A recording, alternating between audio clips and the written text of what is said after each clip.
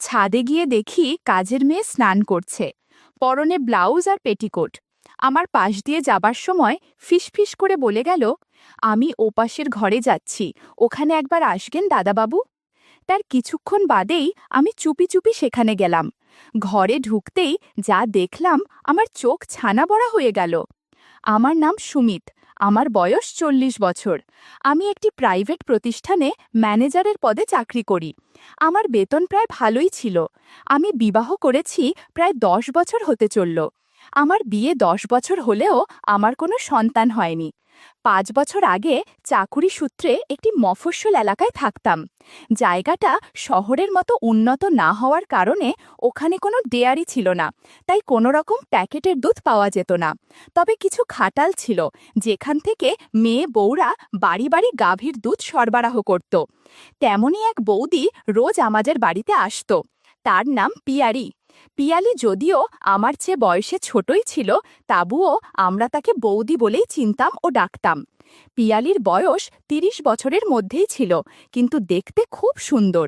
প্রায় 5 ফুট 4 ইঞ্চি লম্বা ও ফর্সা ছিল, যা সচরাচর ওদের সমাজে দেখা যায় না। গাছের বাতাবি লেবুগুলো বেশ বড় আর সুস্বাদু। পিয়ালি সবসময় পুরনো শাড়ি আর হালকা রঙের ব্লাউজ পরে কাজে বের হয়। ও যখন কলস আর বালতি নিয়ে রাস্তা দিয়ে হেঁটে যায়, তখন পাড়ার সবাই তাকিয়ে থাকে। পিয়ালির প্রতি সবার একটা টান আছে। সবাই তাকিয়ে থাকলেও পিয়ালি খুবই সরল মনে হেঁটে যায়।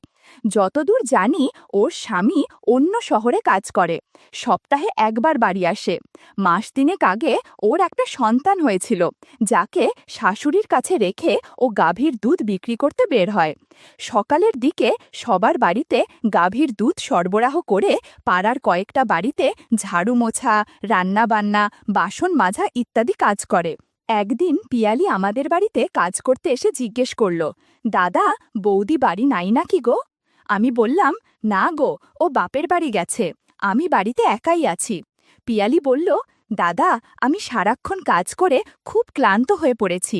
তুমি যদি কিছু মনে না করো, আমি কি তোমার ঘরে একটু বিশ্রাম করতে পারি? ওর কথা শুনে মনে মনে বললাম, এই তো সুযোগ, এটার অপেক্ষায় ছিলাম। এতে পিয়ালির সাথে কিছু সময় গল্প করা যাবে। আমি বললাম, বৌদি, তুমি কি বলছো? এটা তো তোমারই বাড়ি, তুমি ঘরে এসে পাখার তলায় যতক্ষণ ইচ্ছে বিশ্রাম করো। পিয়ালি আমার ঘরে পাখার তলায় মাটিতেই বসে পড়ল। আমি বললাম, না না বৌদি, তুমি সোফায় হেলান দিয়ে বিশ্রাম করো। পিয়ালি বসতে চাইছিল, তবুও আমি জোর করে ওকে সোফায় বসালাম। পিয়ালির শাড়ি অগোছালো হয়েছিল, পাখার বাতাসে বারবার উঠছিল, কিন্তু সেদিকে ওর খেয়াল ছিল না। ও শুধু পাখার বাতাস নিচ্ছে, আর আমি ওর সামনের সোফায় বসে আছি। পিয়ালি বলল, দাদা, কি দেখছো, কিছু বলবে নাকি? আমি বললাম, না মানে, তুমি সারাদিন কত কাজ করো তাই ভাবছি।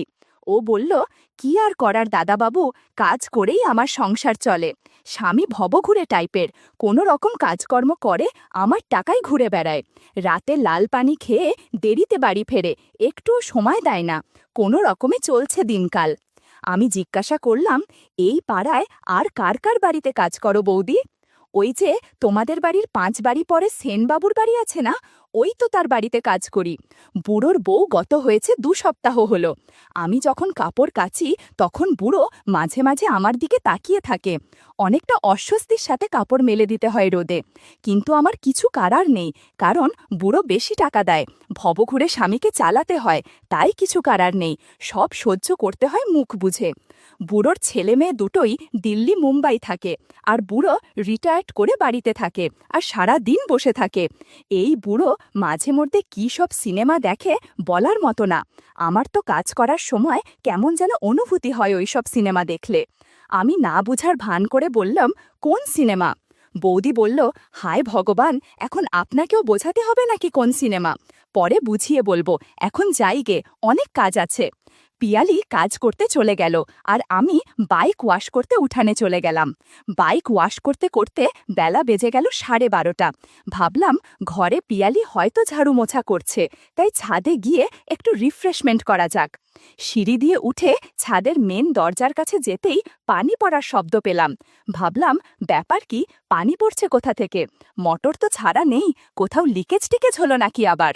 বিষয়টা দেখার জন্য পানির ট্যাঙ্কির কাছে যাব, এমন সময় যা দেখলাম তাতে আমার চোখ ছানা বড়া। দেখি পিয়ালি স্নান করছে, পরনে ব্লাউজ আর পেটিকোট, শাড়ি ছাদের দড়িতে রাখা। আমি আরেকটু কাছে যেতেই আমাকে খেয়াল করলো এবং চমকে গিয়ে নিজেকে আড়াল করলো। আমি বললাম, কি যে করিস না তোরা, বাথরুম থাকতে কেউ ছাদে স্নান করে নাকি? আমার রুমের সাথে অ্যাটাচড বাথরুম আছে, সেখানেও যেতে পারতি। পিয়ালি বলল, আসলে দাদাবাবু, অনেক গরম পড়েছে, তাই ভাবলাম ছাদে এসে স্নান সেরে একবারে বাড়িতে যাব। পিয়ালি কথা বলছিল, আমি গাছের বাতাবি লেবু দেখছিলাম। কি যে মহা মুশকিলে পড়ে গেলাম বুঝতে পারলাম না। তাড়াতাড়ি কর বলে নিচে চলে গেলাম স্নান করতে। আমি যথারীতি স্নান করছি, ছাদের কথা ভাবতে ভাবতে খেয়ালই করিনি যে আমি দরজাটা লক করতে ভুলে গেছি। স্নান করার মাঝে শাওয়ার অফ করে পিয়ালিকে কল্পনা করছিলাম। তখন হঠাৎ পিয়ালি বালতি রাখার জন্য আমার বাথরুমে চলে আসে। কি একটা অবস্থা! এমন সময় চলে আসায় আমি হচকিয়ে গেলাম। এদিকে পিয়ালি দ্রুততার সাথে বলল, আসলে আমি এই বালতিটা রাখতে এসেছিলাম দাদাবাবু। আর কোনো কথা না বলে সোজা বাইরে চলে গেল। আমি তাড়াতাড়ি স্নান শেষ করে বের হলাম। ড্রেস আপ করে পিয়ালিকে ডাক দিলাম। পিয়ালি আসলো। তাকিয়ে দেখি ও কিছুটা হাসছে। আমি বললাম, হাসছ কেন? পিয়ালি বলল, না মানে এমনি। আমি বুঝতে পেরেছি ও হাসছে কেন। আমি বললাম, একটু আগে ছাদে তোমাকে দেখেছিলাম, সেটা শোধ নিলে বুঝি? তোমার মনে কোনো কিছু হচ্ছে নাকি? পিয়ালি দেখি কোনো কথা বলে না, কি যেন চিন্তা করছে গভীরভাবে। আমার পাশ দিয়ে যাবার সময় ফিসফিস করে বলে গেল, আমি ওপাশের ঘরে যাচ্ছি, ওখানে একবার আসবেন দাদাবাবু। তার কিছুক্ষণ বাদেই আমি চুপি চুপি সেখানে গেলাম। ঘরে ঢুকতেই আমি যা দেখলাম, আমার হাড় হিম হয়ে গেল। পিয়ালি আয়নার সামনে দাঁড়িয়ে কেমন যেন করছে। আমাকে দেখে এতটুকুও ইতস্তত করল না। মুচকি হেসে বলল, দাদা, আমার এখানে কি যেন একটা পোকা বসেছে, খুব ব্যথা করছে, একটু দেখো তো। আমি পিয়ালির কাছে গিয়ে লক্ষ্য করলাম ওর ডান পাশে পিঁপড়ে বসেছে, তাই এক জায়গায় একটু লাল হয়ে আছে। আমি ইয়ার্কি মেরে বললাম, ইস, তাই নাকি? ও বলল, জায়গাটা ভালো করে দেখো কি কি হয়েছে। পিয়ালির ইশারা বুঝতে পরে আমি বললাম, ব্যথা কমানোর মলম লাগিয়ে দিচ্ছি, এখনই ব্যথা কমে যাবে। আমি মলম দেওয়ার সময় পিয়ালি বলল, না গো দাদাবাবু, শুধু মলম দিলে ব্যথা কমবে না, একটু চিকিৎসা করতে হবে। আমি বললাম, প্রাথমিক চিকিৎসার কাজ আমি ভালো জানি, তুমি চুপচাপ এখানে বসে পড়ো, এরপর দেখছি কি করা যায়। আমি গাছের বাতাবি লেবু খেয়ে চিকিৎসা শুরু করলাম। বন্ধুরা, কিছু ঘটনা ইউটিউবের কড়া নিয়মের কারণে সরাসরি বলা যাচ্ছে না।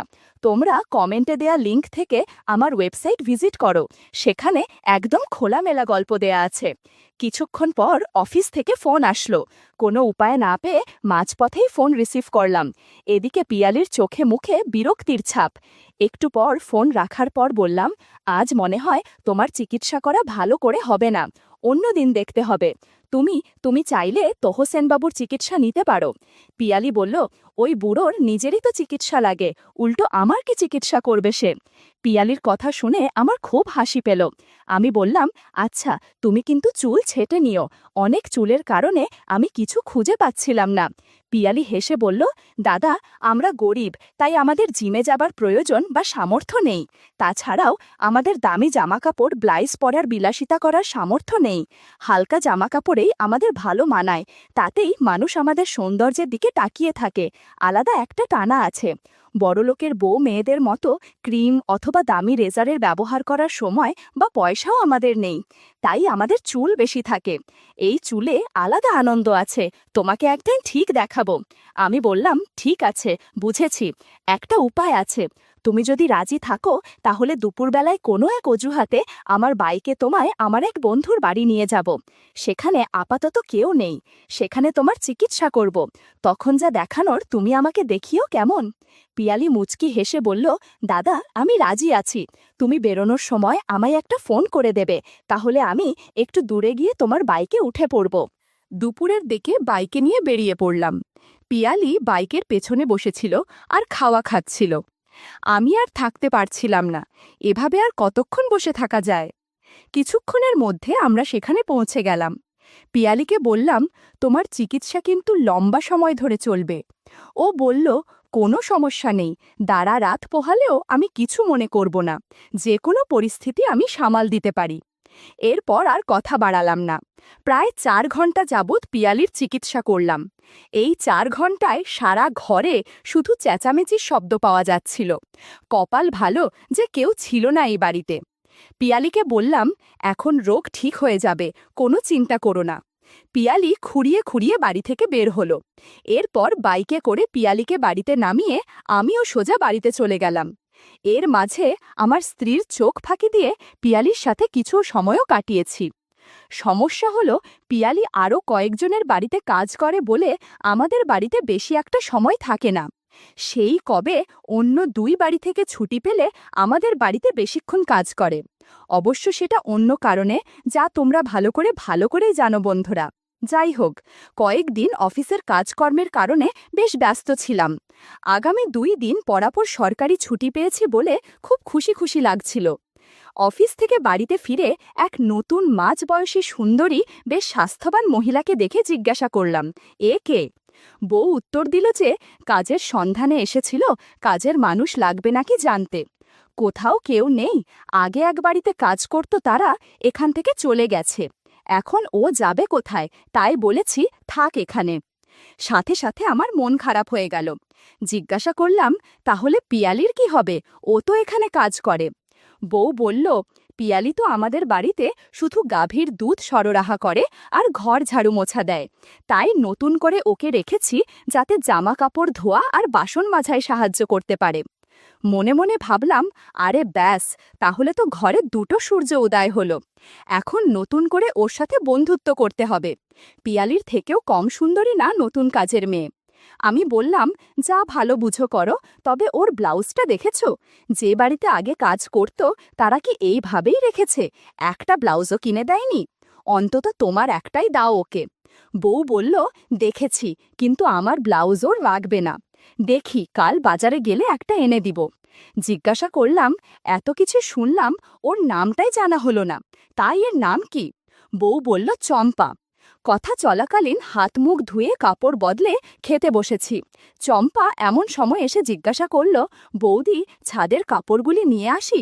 বউ বলল, যা দেখ, শুকিয়ে থাকলে নিয়ে আয়। তখন একটু ভালো করে দেখলাম, বয়স একটু বেশি হলেও একসময় সুন্দরীই ছিল। খাবার খাওয়ার সময় হঠাৎ করে ফোন এলো যে বউয়ের বড় ভাই আসছে সিঙ্গাপুর থেকে, তাকে দেখতে বাপের বাড়ি যেতে হবে। পরের দিন সন্ধ্যায় বউকে বাসে তুলে দিয়ে আসলাম। আস্তে আস্তে অনেক রাত হয়ে গেল। চম্পা জিজ্ঞাসা করল, বাবু এত দেরি করে ফিরলেন যে? আমি বললাম, হ্যাঁ বলিস না, রাস্তায় অনেক জ্যাম, তাই হেঁটেই চলে এসেছি। চম্পা বলল, যান, আপনি হাত মুখ ধুয়ে আসেন, আমি ভাত তরকারি গরম করি। সিগারেট জ্বালিয়ে টিভির সামনে খাওয়া দাওয়া শেষ করে একটু বসলাম। সোফার হাতলে হেলান দিয়ে একটু কাত হয়ে টিভি দেখছি। একটা বাংলা সিনেমা চলছে। চম্পাকে বললাম, আমার পা মালিশ করব দিতে? সারা দিনের ক্লান্তির পর পায়ে মালিশ করার কারণে ঘুম ঘুম পাচ্ছে। এপাশ ওপাশ করতে করতে এরই মধ্যে পরনের কারণ কিছুটা অগোছালো হয়ে গেল। ঘরে কোনো লাইট নেই। পাশের ঘরে যেখানে খাবার টেবিল, ওখানে লাইট জ্বলছে, তার থেকে আলো আসছে। চোখ মিটমিট করে দেখি চম্পা জাদুর লাঠির দিকে তাকিয়ে আছে, পা মালিশ করার দিকে খেয়াল নেই তেমন। সুযোগ বুঝে বললাম, এখন এই জায়গায় মালিশ কর। কথা শুনে কেমন হচকিয়ে গেল। কিছুক্ষণ নীরবতার পর আবারও বললাম, কি হলো, চুপ করে আসিস কেন? আমার কথা শুনে চম্পা বলল, এইটা আবার কেমনে মালিশ করে? বললাম, দাঁড়া, আমি শিখিয়ে দিচ্ছি। আমি সোফা থেকে উঠে ফ্লোরে কার্পেটের ওপর ওর পাশে গিয়ে বসলাম। তারপর একে একে সব শিখিয়ে দিলাম। 50 মিনিটের মতো ওকে সব শিখিয়ে বললাম, কি রে, সব বুঝেছিস তো? এখন কেমন লাগছে? ও বলল, খুব ভালো দাদাবাবু, আপনি তাড়াতাড়ি আশীর্বাদের প্রসাদ দিয়ে দিন। 5 মিনিট পর আশীর্বাদের প্রসাদ দিলাম। আমু ফিস করে জিজ্ঞাসা করলাম, এই গুপ্তবিদ্যার কথা কাউকে বলিস না, তুই না বললে অনেক বকশিস পাবি। আরও জিজ্ঞাসা করলাম, আগে যে বাড়িতে কাজ করতি সে বাড়ির কেউ বকশিস দেয়নি?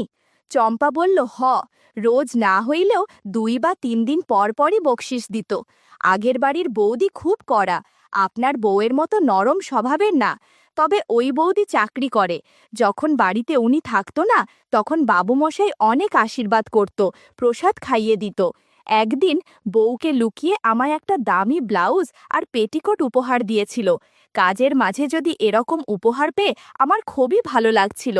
ও পাড়ার গৌতম, নতুন বিয়ে করেছে, বউ বেশ সুন্দরী। বেটা সব সময় নতুন বউয়ের সেবা যত্ন করত, আদর করত। বেচারি নতুন বউ আমার সামনে লজ্জা পাচ্ছে, কিন্তু গৌতম ওর বারণ কিছুতেই শুনছে না। সারা মাস খাটাখাটুনি করার পর যা রোজগার করতাম তার চেয়ে অনেক বেশি টাকা 2-3 দিনের মধ্যেই রোজগার করে ফেললাম। কয়েকদিন বাদে দেখলাম গৌতমের বউ বাপের বাড়ি গেছে। ইচ্ছে করে বললাম, তোমার নতুন বউ তো বাপের বাড়ি গেছে, সেজন্য এখন তোমার অসুবিধা হচ্ছে না? গৌতম বলল, অসুবিধা তো হচ্ছেই, একা আর ভালো লাগছে না। কি যে করি মাসি, তুমিই বলো। আমি বললাম, আমি তো আছি, তবে 500 টাকা দিলে তোমার সব কাজ করে দেব, আর কষ্ট করা লাগবে না। গৌতম বলল, মাসি, আমি তোমায় 2000 টাকা দেব, আমার চিকিৎসা করে দাও। আমি রাজি হয়ে গেলাম। সেদিন সারা রাত ওর বাড়িতে কাজ করেছি। সকালবেলা 2000 টাকার নোট দিয়ে বলল, আগামীকাল আবার এসো। আমার অনেক ক্লান্ত লাগছিল। ভাগ্যিস সব বাড়ি থেকে আগেই ছুটি নিয়ে রেখেছিলাম, তা না হলে কারো বাড়ি কাজ করা মোটেই সম্ভব হতো না। চম্পার কথা শুনে আমি রীতিমতো অবাক। কত বাড়িতে যে কাজ করেছে তার হিসেব নেই। ওর কথা শুনে কেমন যেন অনুভূতি হলো, তাই সেই রাতে আবারও সেবা যত্ন করলাম। পরের দিন সকালে ঘুম ভাঙল সকাল 9টায়। উঠে দেখি চম্পার শাড়ি বিছানার পাশে রাখা। কোনো রকম মুখ ধুয়ে রান্নাঘরে গিয়ে দেখি ব্লাউজ আর পেটিকোট পরে মশলা বাটছে। বললাম, রান্না কত দূর? চম্পা বলল, এত দ্রুত খিদে লেগে গেল, কাল রাতের খাবারে পেট ভরেনি ঠিকমতো। আমি বললাম, না গো, তাড়াতাড়ি রান্না করো। এমন সময় কলিং বেলের শব্দ। মনে হলো পিয়ালি এসেছে গাভীর দুধ দিতে। দরজা খুলে ওকে ভেতরে নিয়ে আসলাম। আজকে পিয়ালি হাতাকাটা ব্লাউজ পরে এসেছে, শাড়ি পরেছে কোনো রকম, তবুও সুন্দর লাগছিল। চম্পাকে দেখে বলল, ইনি আবার কে? আমি বললাম, তোর বৌদি নতুন কাজের বউ রেখেছে, এখন থেকে ও এখানেই কাজ করবে। পিয়ালি বলল, যাক, ভালোই হয়েছে। ঘরের যে অবস্থা, তাতে মনে হচ্ছে অনেক ঝড় হয়েছে। সব কিছু এত অগোছালো কেন? চম্পা বলে উঠল, কাল রাতে দাদাবাবু আমার প্রাথমিক চিকিৎসা করেছে, তাই এরকম। পিয়ালি আমার দিকে তাকিয়ে বলল, বাবা, দাদাবাবু, তোমার তো দেখছি ভাগ্য খুলে গেছে। একবেলা আমায় আশীর্বাদ করবে, আর একবেলা চম্পাদি, তাই না? আমি হো হো করে হেসে বললাম, ওই আর কি।